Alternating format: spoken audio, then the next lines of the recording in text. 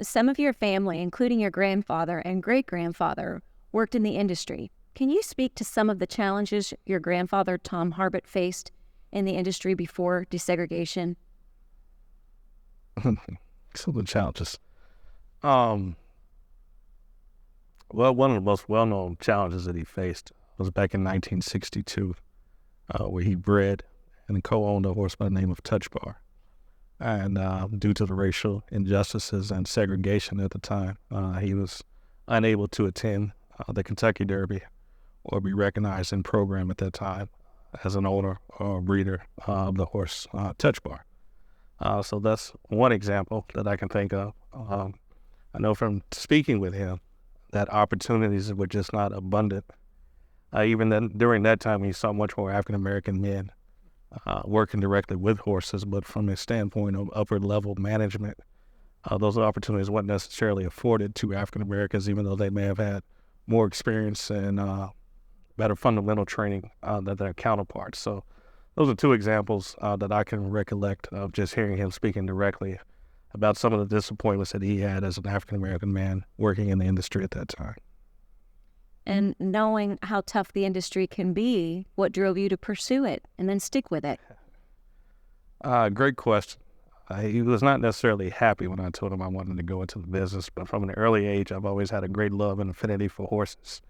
I grew up going to summer camps where we'd have the opportunities to ride horses and groom horses. Growing up here in Lexington, being able to come out to Keeneland and seeing the great pageantry during the races. It was sort of, and then with my family being in it, sort of my DNA to have a love for it. I was really fortunate to grow up in Lexington that really supports the horse farms, the horse racing, and being able to see firsthand what the industry means not only to the state, but from an international perspective.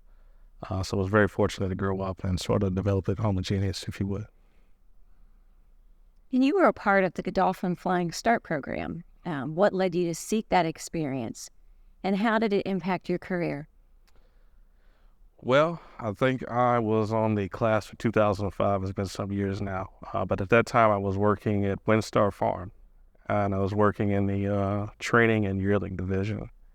And my manager was a gentleman by the name of Dale Benson, and I guess he could see some potential in me at that time, and he encouraged me. He said, I think this would be a great opportunity for you to apply to the, at that time it was the Gallopin Flying Start program. Now it's the Gallopin Flying Start program. It was in the infancy of the program because I was a third year class that was taken in.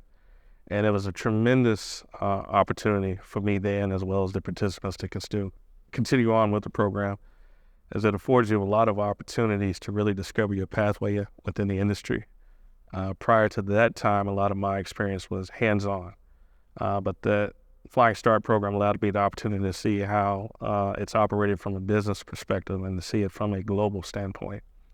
Very fortunate to be able to learn from some of the key industry leaders, not only within the United States, but from a global standpoint, and to be able to form relationships with individuals that are still in the business who were my classmates at the time, but now are key industry leaders. So it was an invaluable experience. I recommend anyone that has an opportunity to take advantage of the course to do so, because I really do not think that I would be where I'm at in my career without that key pivotal foundation of the Flying Start experience. And this video interview is part of a project undertaken by the library's current Ed Brown Society associate. Can you share the nonprofit's mission and some of its wins in these early years?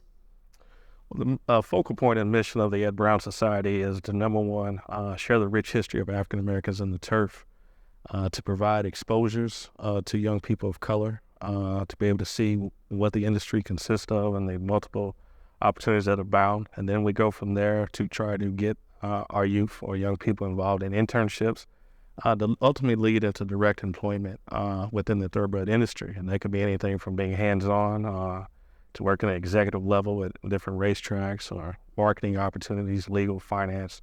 We want to give every opportunity for individuals to find their passion in this great industry that we're fortunate enough to work in. We're very early in our the work that we're doing, but some of the wins have been just seeing individuals come to the program that are now employed. One individual is Charles Churchill. He was a part of our first intake of students. He interned with the first organization, Stronach. He's now an employee working in executive management, working directly under Aiden Butler. That's who he answers to. And just to see his tremendous growth and see where his future lies is very exciting. As you mentioned, we're here today with one of our new intakes in Timothy, and to see how he could take his love of history and passion for that and then be able to come in and be able to work in the equine industry. We consider those wins. Anytime you can take individuals that didn't necessarily grow up in the industry, but you can share the rich history of the industry and say that you can be a participant in any way that you want. That's very rewarding for me as an individual, as well as the rest of the board members of the Ed Brown Society. And on the topic of workforce development, what do you think are the biggest opportunities right now for workforce development in the industry? And on the flip side, biggest challenges? Great question. I think some of the biggest possibilities from a workforce standpoint, we really see the industry leaning more towards gaming. So when individuals say, I want to be a part of the industry, I don't necessarily want to be hands-on, what would you suggest that I do?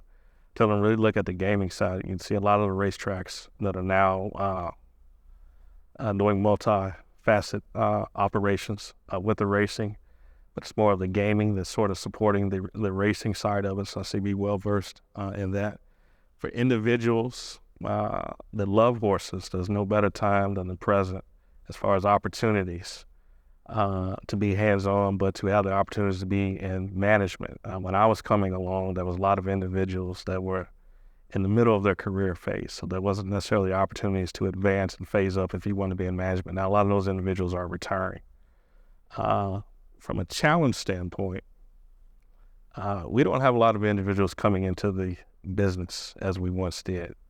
So from a workforce standpoint, especially when you speak with the farms and hands-on, there's really a labor shortage.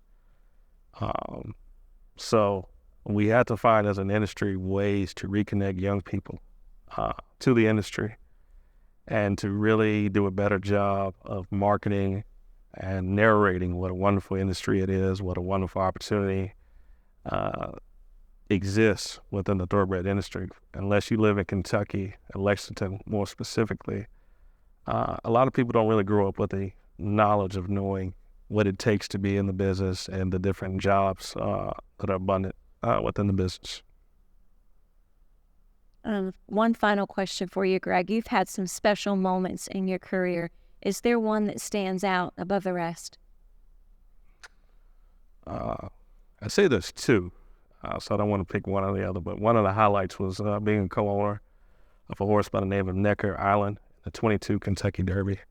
I work in the business, but I'm a fan first and foremost of the industry. And wherever you go, you say I'm in the thoroughbred business, they always want to know, have you participated in the Kentucky Derby? So be able to say that yes, I have, but more importantly, to continue the family legacy of being a participant in the Kentucky Derby was very rewarding. And I would say the second part would be appointed to the Kentucky Horse Racing Commission by Governor Andy Beshear. There was only one other African-American before me, so to be the second African-American in that position has been very rewarding as well. So.